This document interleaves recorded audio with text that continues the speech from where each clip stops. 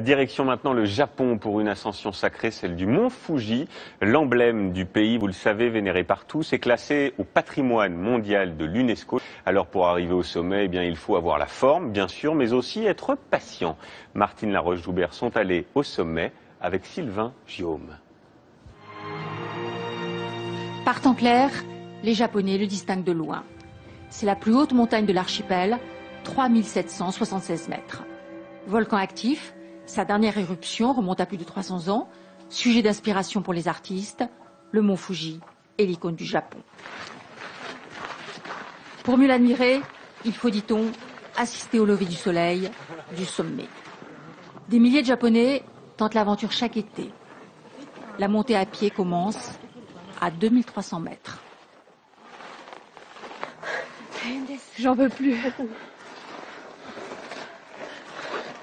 Des heures d'ascension sur des pentes abruptes.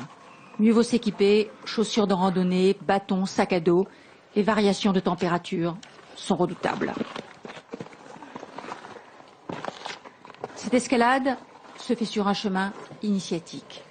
Le Fuji est une montagne sacrée, jalonnée par ses portails shinto. Selon des croyances ancestrales, il protège le royaume des dieux.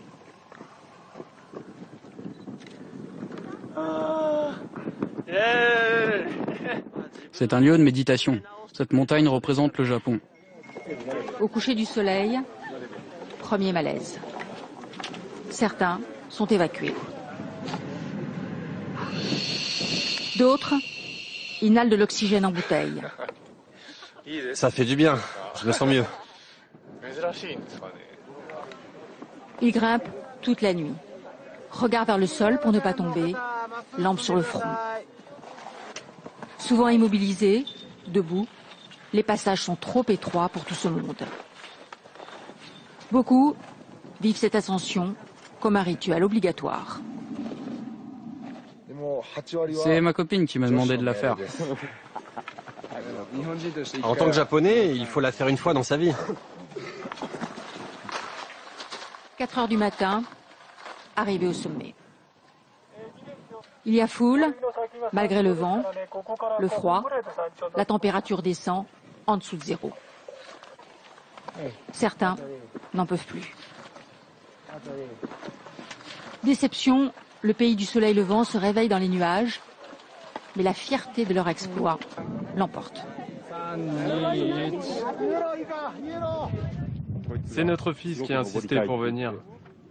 Il a 9 ans, c'est un défi pour lui. C'est super physique et c'est juste arriver à le faire et c'est le truc à faire au Japon. C'est une montagne sacrée, faut en profiter.